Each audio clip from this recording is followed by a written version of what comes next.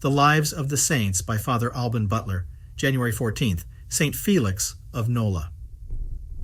It is observed by the judicious Tillemont with regard to the life of this saint that we might doubt of its wonderful circumstances were they not supported by the authority of a Paulinus, but that great miracles ought to be received with the greater veneration when authorized by incontestable vouchers.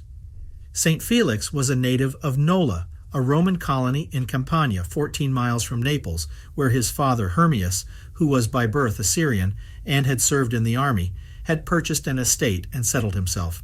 He had 2 sons, Felix and Hermias, to whom at his death he left his patrimony. The younger sought preferment in the world among the lovers of vanity by following the profession of arms, which at that time was the surest road to riches and honors.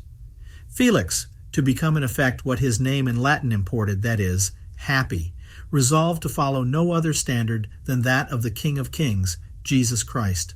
For this purpose, despising all earthly things, lest the love of them might entangle his soul, he distributed the better part of his substance among the poor, and was ordained reader, exorcist, and lastly priest by Maximus, the holy bishop of Nola, who, charmed with his sanctity and prudence, made him his principal support in those times of trouble, and designed him for his successor.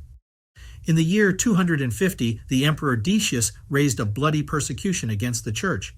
Maximus, seeing himself principally aimed at, retired into the deserts, not through the fear of death which he desired, but rather not to tempt God by seeking it, and to preserve himself for the service of his flock.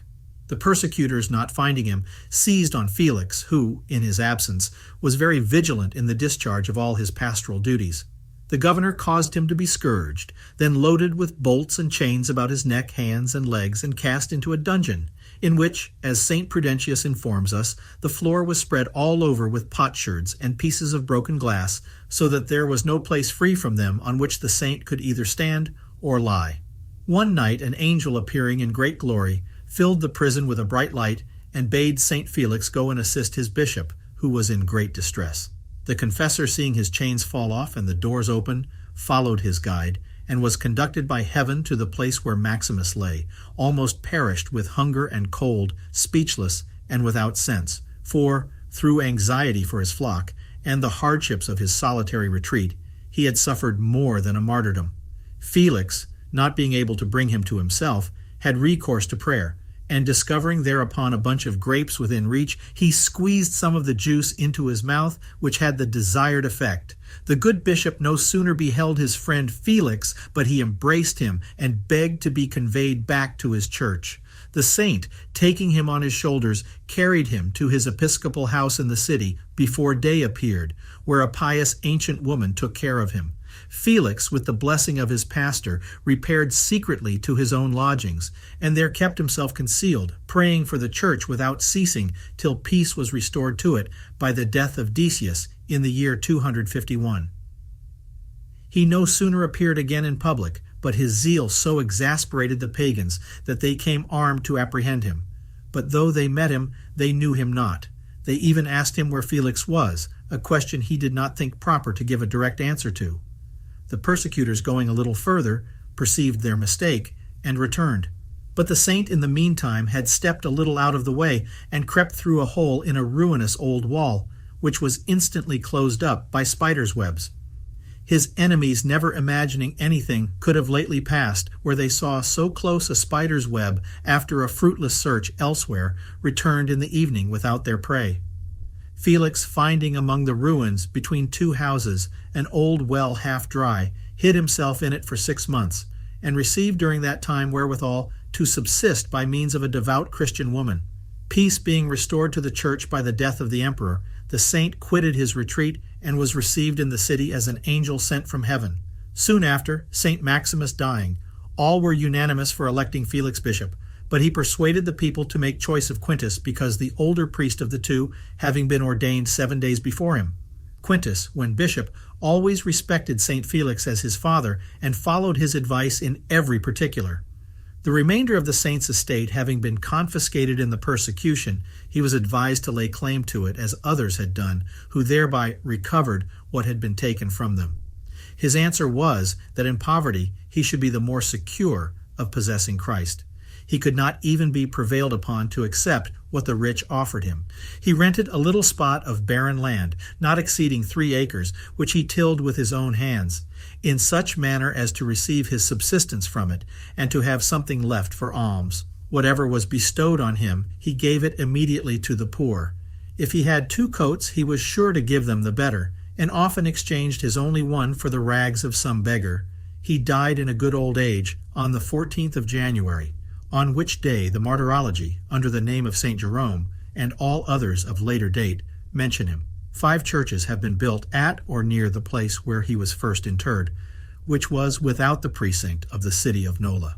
His precious remains are at present kept in the cathedral, but certain portions are at Rome, Benevento, and some other places. Pope Damasus, in a pilgrimage which he made from Rome to Nola to the shrine of this saint, professes in a short poem which he composed in acknowledgment that he was miraculously cured of a distemper through his intercession.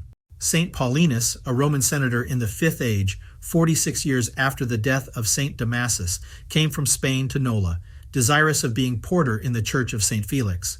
He testifies that crowds of pilgrims came from Rome, from all other parts of Italy, and more distant countries to visit his sepulchre on his festival. He adds that all brought some present or other to his church as wax candles to burn at his tomb, precious ointments, costly ornaments, and such like, but that for his part he offered to him the homage of his tongue and himself, though an unworthy victim. He everywhere expresses his devotion to this saint in the warmest and strongest terms, and believes that all the graces he received from heaven were conferred on him through the intercession of St. Felix. To him he addressed himself in all his necessities. By his prayers he begged grace in this life and glory after death.